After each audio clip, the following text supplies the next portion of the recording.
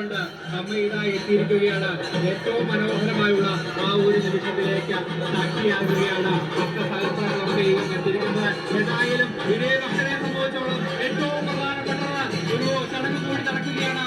ഈ നവരാത്രി ദിവസങ്ങളിൽ ഈ മഹാനവമി ദിനത്തിൽ അമ്മയുടെ അനുഗ്രഹ വർഷമായി അമ്മ വർഷമായി നൽകുന്ന ആ നാണയത്തുട്ടുകൾ ജീവിതത്തിലേക്ക് ആകുക. വരുന്ന ഒരു വർഷം സർവ്വ നേട്ടങ്ങൾക്കും കാരണമാകുന്ന സർവ്വ സുഖങ്ങൾക്കും കാരണമാകുന്ന ആ ഒരു നിമിഷത്തിലേക്കാണ് എത്ര ആ നാണയത്തുട്ടുകൾ ഇങ്ങനെ ഭക്തരുടെ അടുത്തേക്ക് എത്താനുള്ള ആ ഒരു കാത്തിരിപ്പിൽ തന്നെയാണ് ഭക്തസഹസ്രങ്ങളൊക്കെ തന്നെയും ഉള്ളത്.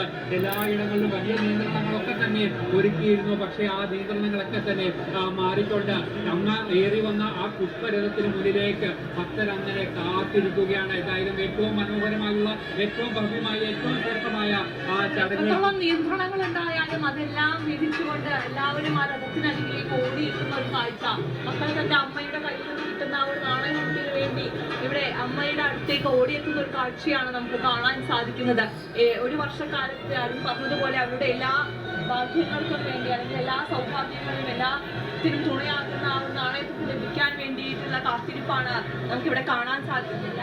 ഭക്തരും തൊഴുകൈകളാൽ അമ്മയെ നോക്കി നിൽക്കുന്ന ഒരു കാഴ്ച. എത്രത്തോളം നിയന്ത്രണങ്ങളുണ്ട് എന്ന് പറഞ്ഞാലും അമ്മ വരുമ്പോൾ എങ്ങനെയാണ് ഏതായാലും ആ നിയന്ത്രണങ്ങൾ തന്നെയാണ് ഏറ്റവും പ്രധാനപ്പെട്ട ഒരു കാര്യമായി ഇങ്ങനെ ആ പുഷ്പരഥത്തിന്റെ മുന്നിലേക്ക് ആ ഭക്തർ അങ്ങനെ പ്രവഹിച്ചുകൊണ്ടിരിക്കുകയാണ്. ഏതായാലും നാണയത്തുട്ടുകൾ ആ അമ്മ വർഷിക്കുന്ന അനുഗ്രഹ വർഷമായി ലഭിക്കുന്ന ആ നാണയത്തുട്ടുകൾ വാങ്ങുക അല്ലെങ്കിൽ അമ്മയുടെ ആ അനുഗ്രഹം നേരിട്ട് വാങ്ങുക എന്നുള്ള ഒറ്റ ലക്ഷ്യത്തോടെയാണ് ഈ ഭക്തരൊക്കെ തന്നെയും ഇവിടേക്ക് എത്തിയിരിക്കുന്നത്. എന്തായാലും ആ ഒരു ചടങ്ങുകൾ കൂടിയാണ് ഇനി ബാക്കിയുള്ളത്. നവരാത്രി ദിവസത്തിൽ ആ മഹാനവമി ദിനത്തിൽ അമ്മയുടെ തിരുമുന്നിൽ നടക്കുന്ന ഏറ്റവും മനോഹരമായ ഏറ്റവും ശ്രേഷ്ഠമായ ഏറ്റവും ഭവ്യമായ ആ ചടങ്ങിന് കൂടി സമാപനമാകുകയാണ്. എന്തായാലും പുഷ്പരഥത്തിൽ അലങ്കരിച്ച പുഷ്പരഥത്തിൽ വിവിധ വർണ്ണങ്ങൾ കൊണ്ടുള്ള പൂക്കൾ കൊണ്ട് അലങ്കരിച്ച ആ രഥത്തിൽ അമ്മ അങ്ങ് എത്തിയിരിക്കുകയാണ്. എന്തായാലും സുരക്ഷാ മാനദണ്ഡങ്ങളൊക്കെ തന്നെ മാറിപ്പോയിരിക്കുന്ന ഒരു സാഹചര്യം. വലിയ നിയന്ത്രണങ്ങളൊക്കെ തന്നെ പുലർച്ചെ മുതൽ തന്നെ ഒരുക്കിയിരുന്നു. പക്ഷേ ആ നിയന്ത്രണങ്ങളെല്ലാം തന്നെ